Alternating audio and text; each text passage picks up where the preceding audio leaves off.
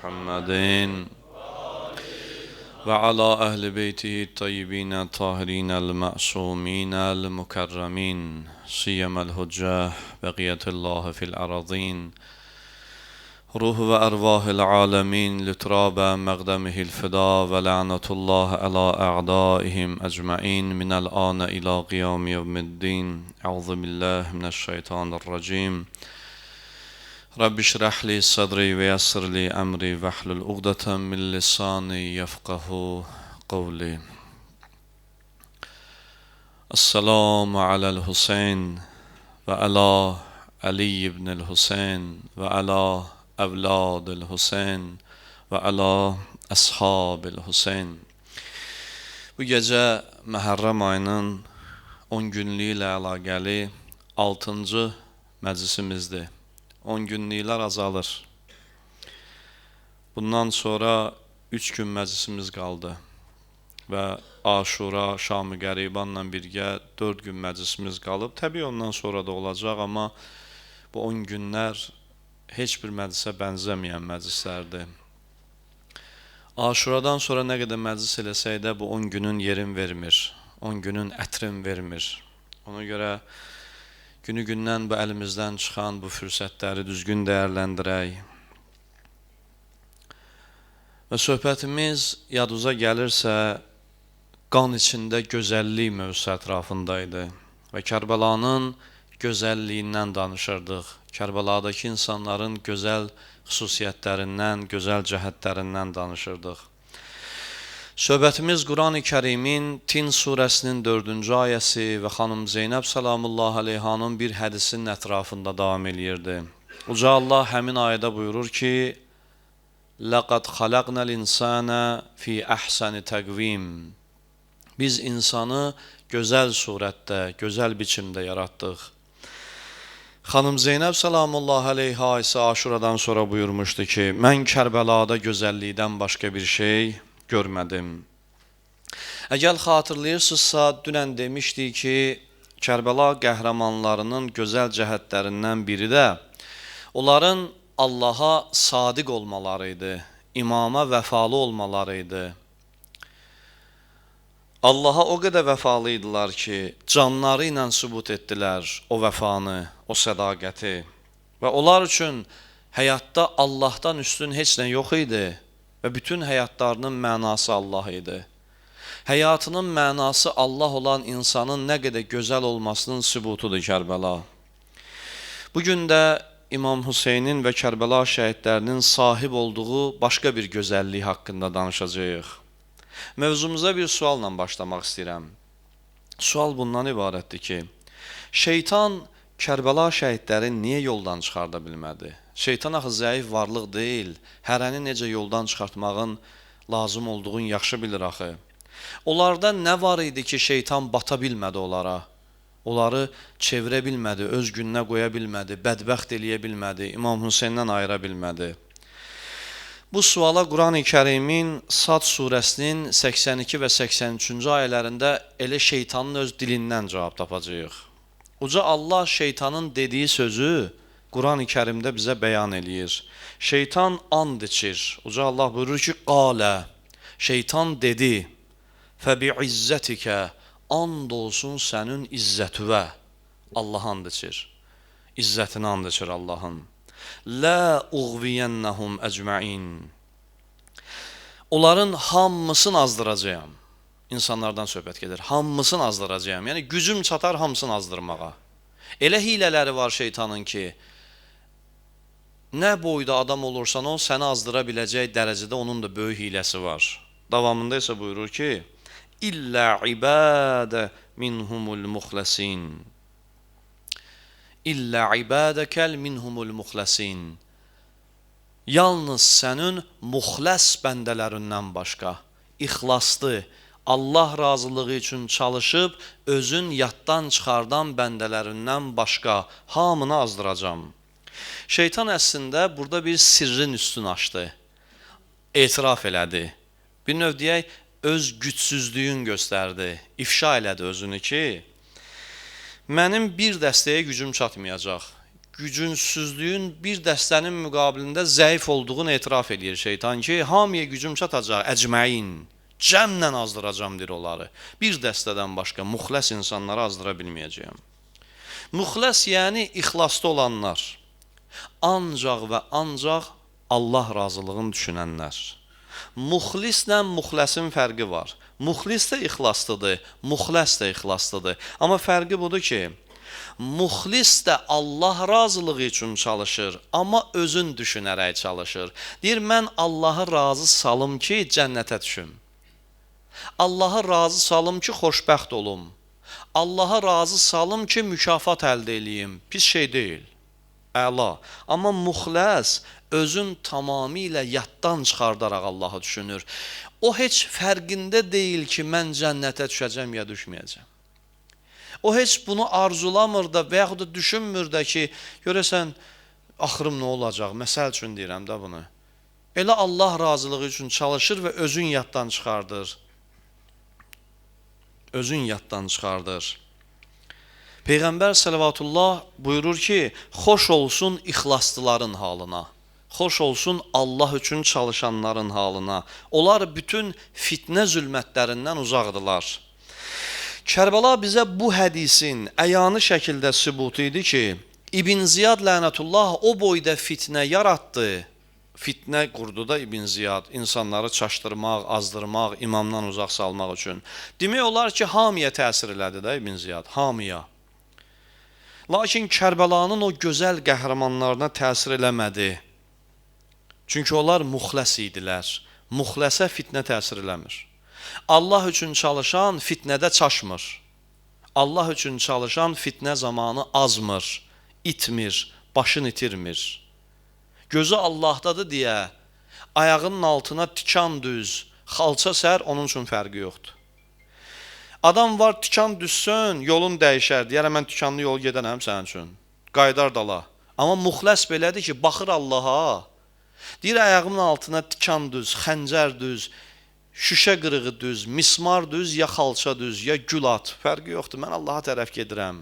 Ona görə deyirlər ki, ayağın sevənlər bu yola çıxmasınlar. Bu yol olarlıq deyil. Ay, ayağıma tikan batdı. Müxləsin gözü Allahdadır. Tikan da batacaq ayağına, uf deməyəcək. Rahat da gedəcək, uf deməyəcək. İxlaslı olmaq səbəb olur ki, insanın ixlaslı olması səbəb olur ki, fitnəyə aldanmır və tez hiss eləyir fitnəni. İxlas elə bir cazibə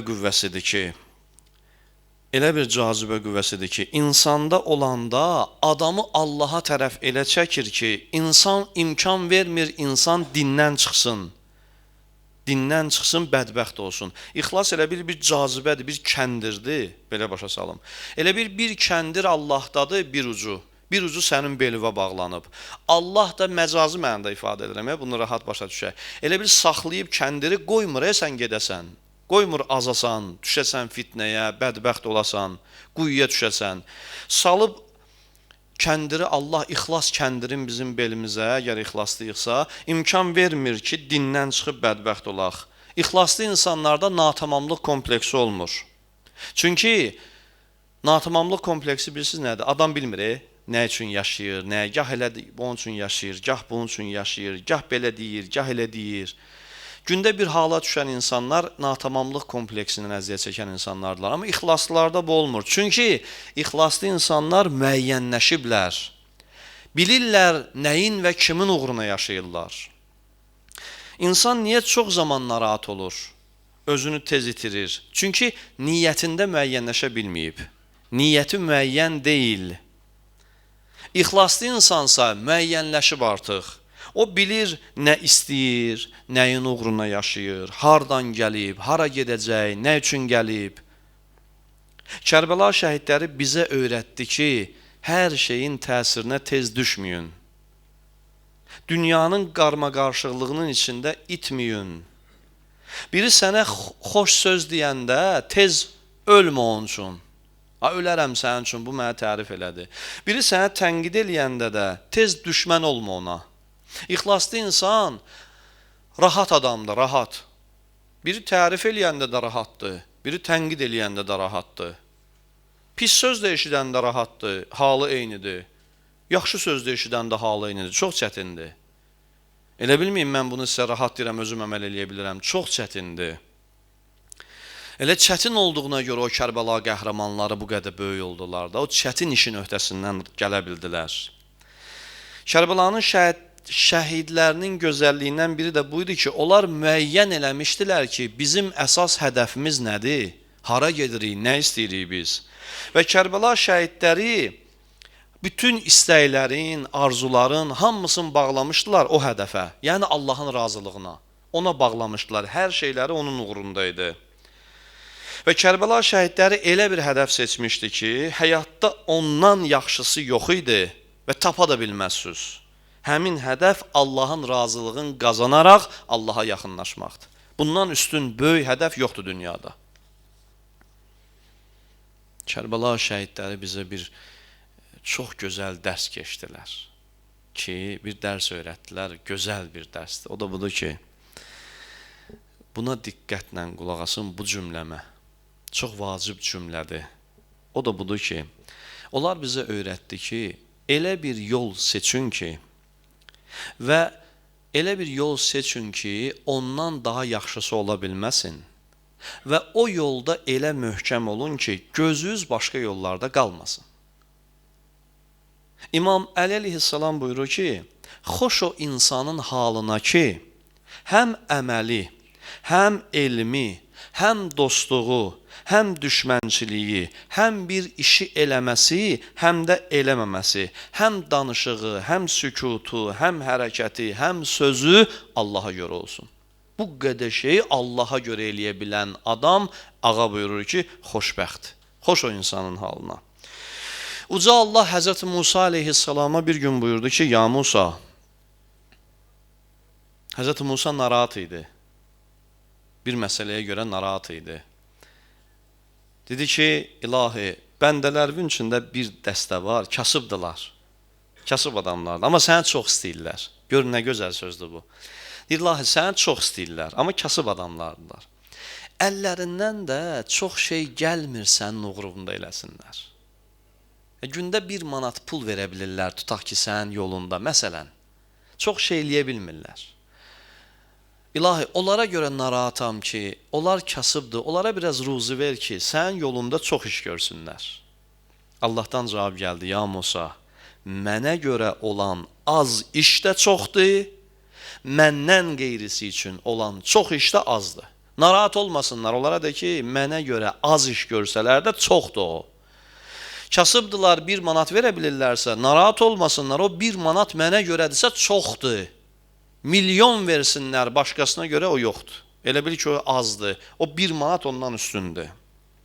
Mən sizə Peyğəmbər dövründən bir hadisə danışım. Xatırlayırsınızsa, bir dəfə bunu danışmışam sizə. Deməli, Həzrət Rəsullahın dövründə bir nəfər yaşayır Mədinə şəhərində, Əbu Əqil Ənsari. Kasıb bir adamdır. O qədər kasıbdır ki, deyir, adamın 10 nəfərdən yuxarı külfəti olub. Ailə üzvləri olub. Onları dolandırmaq üçün tək canı ilə, özü də yaşlı adam olub, zəif insan olub, tək canı ilə gedərdi gecələr sübhə qədər oyaq qalırdı, Mədinənin quyularından su götürürdü, aparırdı, satırdı cəmaata. Qəpik quruş qazanırdı, sudan adam nə qazanar? Qəpik quruş qazanırdı, o ilə də ailəsi güclə saxlayırdı ki, acından ölməsinlər. Və belə bir adam təsəvvür eləyin. Eşitdi ki, Peyğəmbər Təbuk müharibəsinə gedir. Təbuk müharibəsi də İslamın ən böyük döyüşlərindən biri olub. Düz döyüş özü baş verməyib, amma ən çox qoşun orada toplanıb gedib Təbukda. Gəldi Peyğəmbər sallavatullahın qoşununun yanına, dedi, mən özüm gedə bilmirəm də, xəstə yaşlı adamam, cihada gedə bilmirəm, getsəm ailəm qalır, belə özümdə də o dərəcədə də fiziki güc yoxdur ki, gedim döyüşüm. Dedi, heç olmasa nəsə eləyim. Ailəsinin bir günlük ehtiyacın, tutaq ki, o gündə çörək almalıydı ailəsinə, almadı. Dedi, yox, bir gün az qalarıq. Götürdü bir qab, ucuzlu bir xurma aldı. Gətirdi onu Peyğəmbər sallavatullahın döyüşçülərinin yanına, dedi, döyüşə gedirsiniz də, bu xurmayı yersiniz. Bəzi adamlar var idi orada, baxdılar ona, dedilər ki, bu nə də gətirmişsən? Bu nədir? Ucuzlu xurma, bir qap xurma. Camaat fil gətirir, məsələn deyirəm, dəvə gətirir, at gətirir, qılınc, oğlanların qoşur döyüşə. Bizə bax bu qədər pul xərcləyirik. O birisi dedi mən filan qədər vermişəm. Sən bir dənə ucuzlu xurma, bir qap xurma götürüb gəlmisən ki, ya mən də sizə bunu vermək istəyirəm. Bunu da götürüb gəlmisən. Onu tənqid elədilər və dedilər ki, Allah sənin üçün bəyəm bu az xurmaya qalıb. Sözə baxın. Allah sənin bu bir qap xurmava qalıb. Allah bunu səndən qəbul eləyər. Ürəyi sındı. Durdu gəldi ağlaya-ağlaya Peyğəmbərin yanına. Dedi ki, ya Rasulallah, ey Allahın Rəsulü, sən mənə bir Allah tanıtdırmısan ki, mən o Allahı ilə tanımışam ki, bu ucuz xurmanı da məndən qəbul eləyər. Allah həmin dəqiqə bir ayə nazil elədi. Həmin dəqiqə. Tövbə surəsi 79-cu ayə buyurdu. اَلَّذ۪ينَ يَلْمِزُونَ الْمُتَّبِع۪ينَ مِنَ الْمُؤْمِن۪ينَ فِي الصَّدَقَاتِ وَالَّذ۪ينَ لَا يَجِدُونَ إِلَّا جُهْدَهُمْ فَيَسَخَّرُونَ مِنْهُمْ سَخَرَ اللّٰهُ مِنْهُمْ وَلَهُمْ عَذَابٌ أَلِيمٌ. Tərcüməsi bilirsiniz nədə buyurdu? İtayət göstərib, könüllü şəkildə sədəqə verənlərə təni eləyənləri və çətinliklə bir şey tapıb Allah yolunda onu verənləri məsxərə eləyənləri Allah özü məsxərə eləyəcək və onlar üçün şiddətli bir əzab var. Diqqət eləyin. Yəni Allah xəbərdarlıq elədi ki, siz kimsiniz ki Allahın müxlis bəndəsini lağa qoydunuz, tənqid elədiniz? Kimsiniz siz? Mən qəbul eləyəndən sonra, Allah qəbul edəndən sonra siz kimsiniz ki, bəndəmi məsxərə eləyirsiniz? Onun bir xurmasını mən qəbul eləmişəmsə, sən onu məsxərə eləmisənsə, sənin özünü mən məsxərə eləyəcəm, Allah buyurur və sənə şiddətli bir əzab verəcəm. Allah keçmədi müxlis bəndəni tənqid eləyənləri, görün. Allah keçmədi Allah yolunda az bir şeyi Allah üçün verən insanı kim ki ələ saldı, Allah bağışlamadı onu. Dedi sizi şiddətli bir əzaba salacağım. Ki Allahın müxlis bəndəsini siz təni eləmişsiniz, ürəyin sındırmışsınız. İxlasın gözəlliyi buradadır ki, Allah üçün az iş görərsən, Allah səni müdafiə eləyər. Bu tək o kişiyə aid deyil. Elə biz də bu günləri Allah üçün balaca iş görsək də bizi müdafiə edən Allahdır. Yadınızdan çıxmasın. Allah razılığı üçün çalışanların arxasında dayanan Allahdır. Allah yolunda çalışanlara böylük eləyən Allahdır. Onlara arxa dayaq olan Allahdır. Onları müdafiə eləyən Allahdır. Amandır, amandır, amandır. Allah yolunda çalışanlara söz deyəsiniz. Allah keçmədi. Quran ayəsi oxudum sizə, hədis də deyil. Allah keçmir. Nə badə həyatımızda çaşaq, Allah yolunda çalışanlara bir ilişək. Allah dedi ki, mən ilişəcəm sizə. Allahın da ilişməsi, məsxərəsi çox pisdir. Unutmaq olmaz ki, şeytan bizim əməlimizlə yox, bizim niyyətimizlə döyüşür. Niyyətlə döyüşür. O niyyəti dəyişdirmək istəyir. İxlaslı niyyət olmadan görülən bütün zahirən xeyirli işlər insanı Allaha yaxınlaşdırmaq əvəzinə Allahdan uzaqlaşdıra bilir. Çox dəhşətlidir bu. Adam yaxşı iş görür, Allaha yaxınlaşmır, Allahdan uzaq düşür. Qəribədir. Niyə? Çünki niyyəti təmiz deyil. Niyyətin təmiz olmursa əgər, nə qədər xeyir iş görürsən gör, o əməllər səni Allahdan uzaq salacaq. Biz İmam Hüseynin ziyarətnaməsində bir cümlə deyirik. O ziyarətnamə deyirik ki, Əssalamu aleykə ya xalisətəllah. Mənası budur. Salam olsun sənə ey Allahın xalisi. Allah üçün xalis. Yəni Allahdan qeyri heç bir niyyəti olmayan insan. İmam Hüseynə belə salam veririk biz. Onun şəhidlərini, onun yanında şəhid olanları belə yad edirik biz. İmam Əli əleyhissalam gözəl bir hədis deyir, məndən sizə müjdə, qəşəng bir hədisdir. Buyurur ki, ixlaslı olmaq, yəni Allah yolunda çalışmaq, şərəfli kişilərin işidir, şərəfli xanımların işidir, şərəfli insanların işidir, fəzilətli insanların işidir. Niyə? Niyə şərəfli insanlara məxsusdur ixlaslı olmaq? Çünki şərəfli insan, fəzilətli insan, yəni kim? Özünə hörmət eləyən.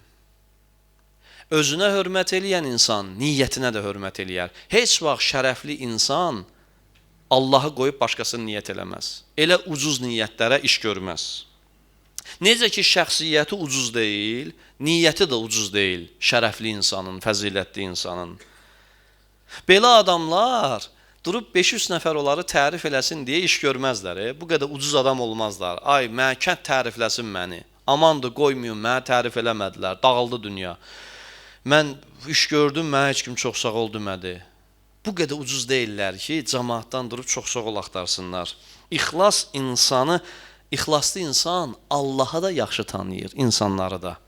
Məhz elə tanıdığı üçün də Allahdan qeyrisinin naminə iş görmür.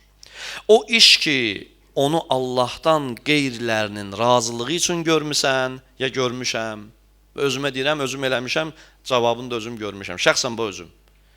O iş ki, bəzən niyyətimiz düz olmayıb, Allahdan qeyriləri üçün görmüşəm, Allah gec ya tez sübut eləyib mənə ki, səhv eləmisən. Elə dünyada başa salıb ki, səhv eləmisən. İnsanlar niyə bu qədər əsəbidir bəzən? Sual verin. Niyə narahatdılar bəzən? Niyə depressivdilər? Çünki insanlardan gözləntiləri çoxdur. Yəni, hər şeyi başqaları üçün görürlər deyə, başqalarının xatirinə yaşayırlar deyə, göstəriş xatirinə yaşayırlar deyə, cəmaatdan da istədikləri reaksiyanı görməyəndə əsəbi olurlar və yaxud da depressiv olurlar, narahat olurlar. Çünki insanlardan gözləntiləri çoxdur.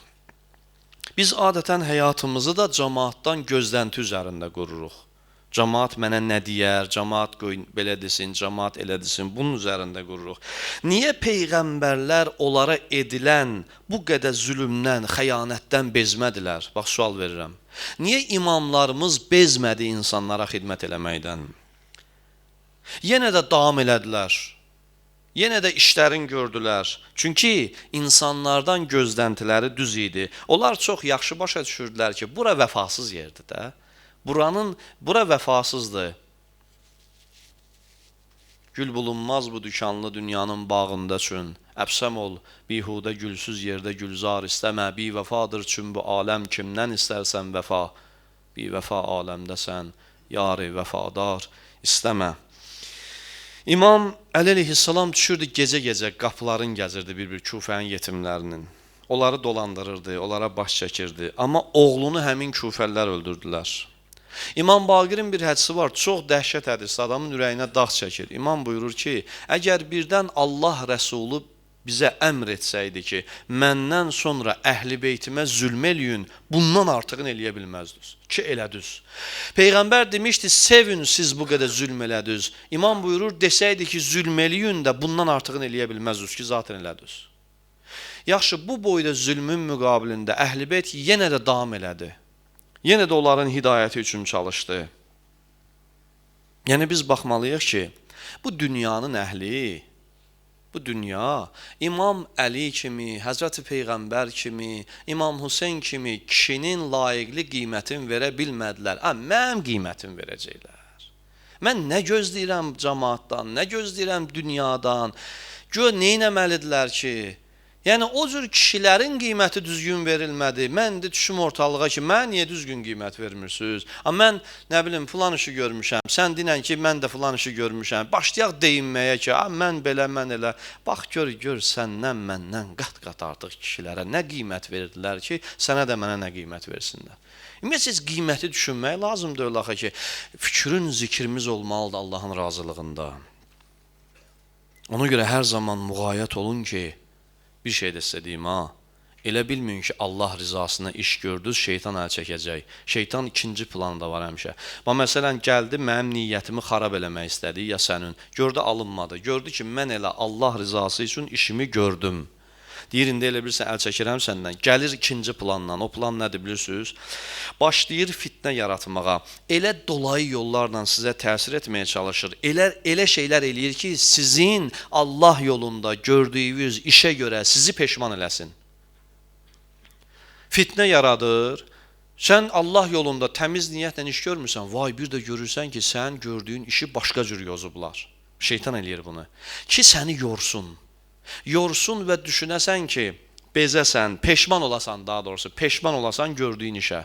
Çox çətindir bax bu. Şəxsən bu iş çox çətindir. Seyid Əli Qazi cənablarına bir gün gəldilər, dedilər ki, ruhu şad olsun o böyük Azərbaycanlı Arifin, Allah dostunun. Gəldilər, dedilər ki, siz yadunuza gəlir, ağa, filan vaxtı filan kəsə yaxşılıq edirdiniz. İndi o adam filan məktəbdə sizi, filan mədrəsədə sizi tənqid elədi. Seyid Əli Qazi sevinir, deyir, əlhəmdülillah. Deyirlər, axı, siz ona yaxşılıq eləmişsiniz, o sizi tənqid eləyib. Görün, nə gözəl söz deyir. Deyir, siz düşünürsünüz ki, ya, mən ona yaxşılıq eləmişəm deyə, o məni tənqid eləyə bilməz?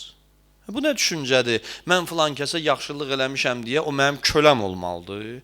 Mən cəmaata yaxşılıq eləməmişəm, cəmaat mənə tərifləsin, köləli olsun mənə, hər yerdə mənə can desin. Adamdır, tənqidi bir şey görüb, tənqid eləyib də əcəb də eləyib.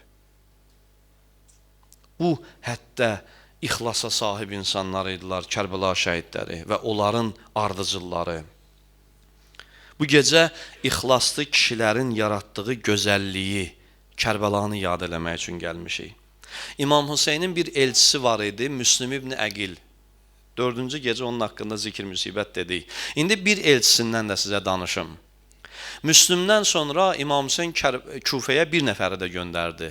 Müslimdən bir qədər sonra ki, ged öyrən, çünki Müslimdən nigaran qaldı. Ged öyrən, gör vəziyyət necədir.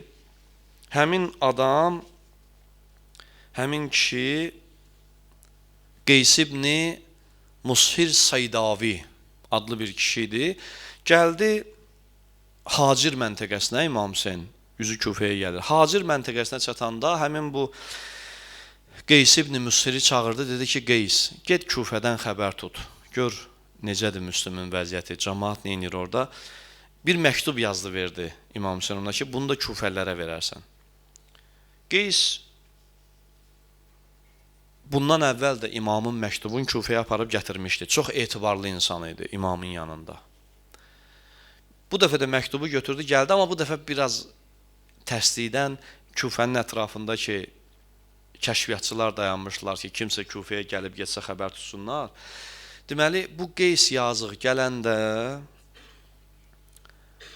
Hüseyn ibn Numeyr adında bir şəxs onu tutdu. Və Qeys gördü ki, ələ düşür, İmam Hüseynin məktubun cırdı, məhv elədi. Yəni, məhv elədi ki, o məktubda yazılan onların əlinə düşməsin. Onu məhv elədi. İbn Numeyr tutdu, onu apardı dərhal İbn Ziyadın sarayına. Ubeydullah'a dedilər ki, İmam Hüseynin bir cahsun tutmuşuq. Gəlirdi Küfəyə. Ubeydullah çağıtdırdı, onu dedi ki, sən kimsən? Dedi, mən Qeysəm. Dedi, burada nə işin var? Dedi ki, İmam Hüseynin elçisiyəm. Bilirsən, nöş gəlmişəm. Dedi, Qeys, sən yaxşı adam oxşayırsan. Balış qoyur başının altına. Sən yaxşı adamsan, hörmətli insana oxşayırsan, ağıllı adama oxşayırsan. Gəl, mən sənə bir təklif eləyim. İstəyirsən canımı bağışlayayım, ya sənə bu dəqiqə doğratdırım. Bilirsən, Müslüm mən neynəmişəm? Görsətdi, dedi, oradan diri-diri atdırmışam yerə. Sonra da Müslümün bədənini sürmüşəm Kərbəlanın küçələrində. Parça-parça eləmişəm. İstəyirsən sənə də o günə qoyum. Ya da ki, istəyirsən sənə mükafat verim, pul verim, vəzifə verim, canımı bağışlayayım. Dedi, bəli, istəyirəm. Öldürmə məni. Dedi, amma İbn Ziyad, bilirəm ki, şərtum var. Dedi, hə, şərtum var. Boş yer eləməzsən bunu. Dedi, hə, boş yer eləmirəm. Dedi, nədir şərtun? Dedi, çıxacaqsan minbərə. Mən də cəmaatı yığacam Küfə məscidinə. Oradan İmam Əlini, İmam Hüseyni bəlk tənqid və üzr istəyirəm, təhqir eləyəcəksən. Dedi, razıyam. İbn Ziyad sevindi, dedi, aha, şükür Allaha, bir nəfər İmam Hüseynin öz tərəfdarının əli ilə İmam Hüseyni vuracam. İbn Ziyad da cəmaata demək istəyirdi ki, İmam Hüseyn pis adamdır da, o sübut eləməyə çalışır. Dedi, axır ki, bir nəfər öz tərəfdarı keçdi əlimə, indi elə onun əli ilə İmam Hüseyni cəmaatın gözündən salacam. Yığdı bütün cəmaatı, Küfə məscidi doldu ağzına qədər. Bəhbəhlə Qeys gəldi, çıxdı minbərə. Hamı oturub gözləyirlər ki, Qeys indi nə danışacaq? Allaha həmd sənə elədi. Ondan sonra dedi ki, ay cəmaat, Hüseyn ibn Əli bəndələrin ən gözəlidir. Peyğəmbərin balasıdır. Fatimənin oğludur. Mən onun tərəfindən göndərilmişəm. Ona dəstək olun ki, Allah da sizə dəstək olsun. Allahın lənəti olsun Ubeydullah'a və onun atasına və onun əmirinə. Bunlar alçaq adamlardılar. Elə deyir, bunu deyən kimi minbərdən tutub saldılar bunu yerə. Gəl, sən nə danışırsan? Biz səni oraya niyə çıxartdıq? Sən çıxdın nə dedin? Minbərdən salırlar aşağı, deyir, elə düşdülər üstünə ki, sümükləri sınana qədər döydülər. Elə birinci məsciddə döydülər ona. Sonra deyirlər ki, sən çox axmaq adamsan. Çox axmaq adamsan. Sənə bu boyda mükafat, can bağışlandı, pul veriləcəkdi. Amma sən öz bildiyi elədin yenə. Deyir, bəli, indi gör nə sözdür. Dedi, bəli, pul təklif olundu. Canım bağışlandı, amma mən Allahın razılığın heç nədən üstün tuta bilmərəm. Allahın razılığın heç nədən üstün tutmayacaq. İbn Ziyad elə qəzəbləndi, dedi ki, onu çıxardın eyni ilə Müslüm kimi sarayın ən hündür yerinə, oradan atın yerə. Çıxartdılar, onu atdılar yerə, amma Müslüm dəyəndə yerə şəhid oldu, bu dəydi, ölmədi. Dəyib yerə, baş göz qan içində, bədən parça-parça olub, gördülər can verir, dodaqları tərpənir. Hələ də həyat var canında. Yaxınlaşdılar, bir nəfər var idi. Yaxınlaşdılar, Əbdülməlik ibn Umeyr adında bir nəfər, Allah ona lənət eləsin. Yaxınlaşdı həmin bu şəxsə, gördü ki, dodaqları tərpənir. Bilmək istədi ki, nə deyir, bəlkə peşmandır, bəlkə deyir, məni öldürməyin, yalvarır. Gördü, yaxınlaşdı, gördü, dedi ki, Əssəlamu aleykə ya Əbə Abdullah. Gördü, İmam Hüseynə salam deyir. Deyir, bu qəzəbləndi, dedi, bu halında da İmam Hüseyn çıxmır yadından ki, kəsdi başını orada. Onun İmam Hüseynə olan məhəbbəti dəhşətə gətirmişdi onları.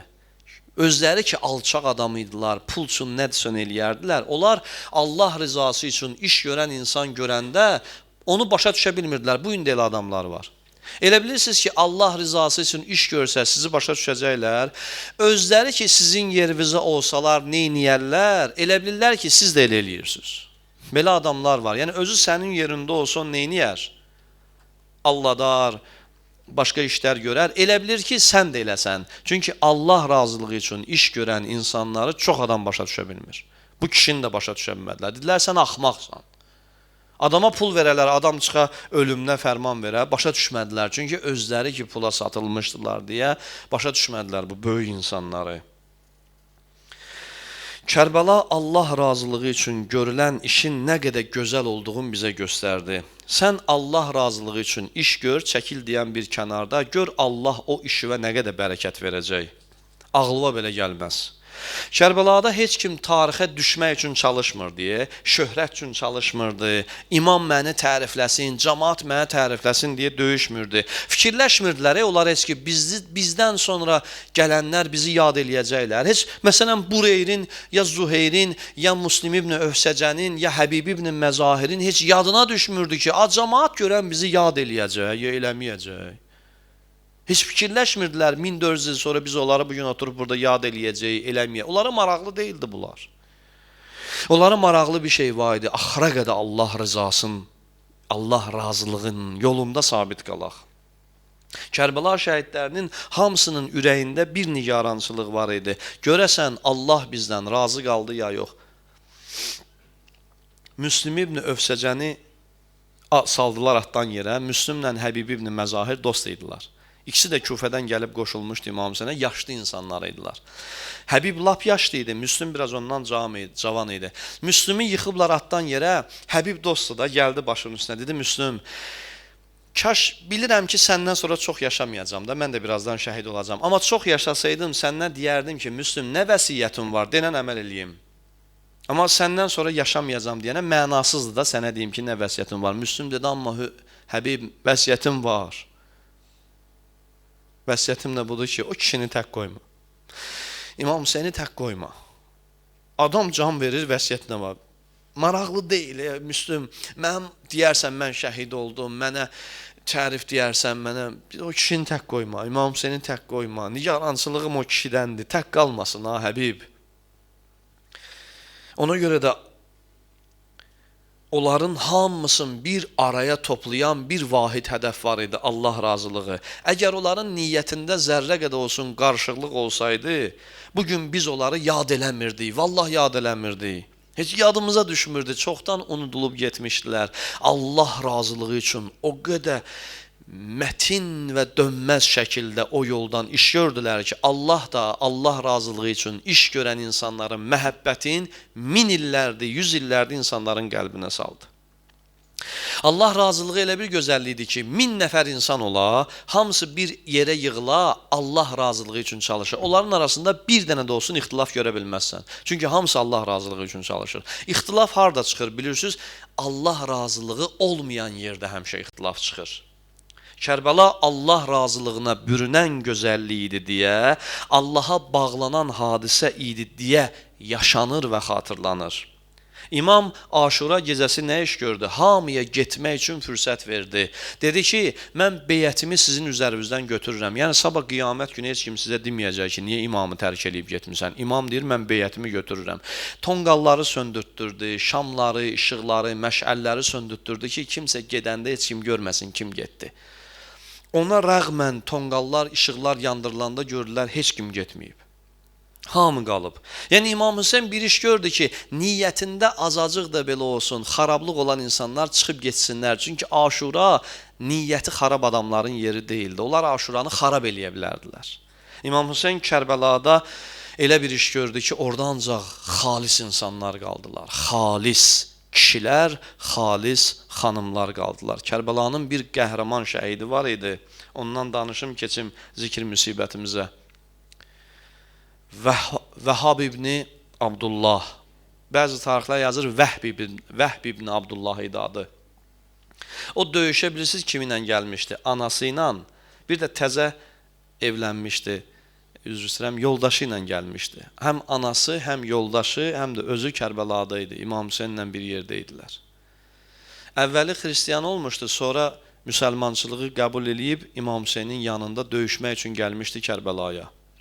Xanımın da anasını da özü ilə bərabər gətirmişdi.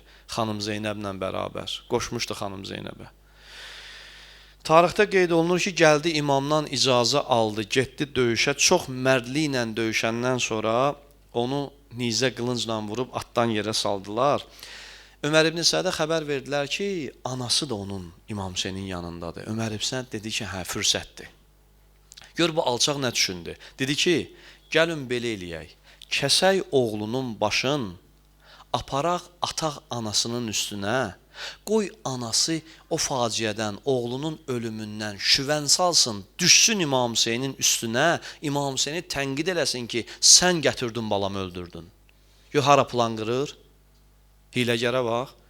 Dedi ki, belə eləyək, xanımdır da, hansı ananın üstünə oğlunun başını kəsib atsalar, nə vəziyyətə düşər? Ömər ibn Səd hesablayır ki, bu anadır da, xanımdır, indi üzr istəyirəm, həyasızlıq eləyəcək, gedəcək İmam Hüseyni tənqid eləyəcək, deyəcək, oğlum öldü, sənin üçün öldü, niyə qoydun öldü, cürəbəcür sözlər deyə bilər İmam Hüseyni, ehtimal verir də bu.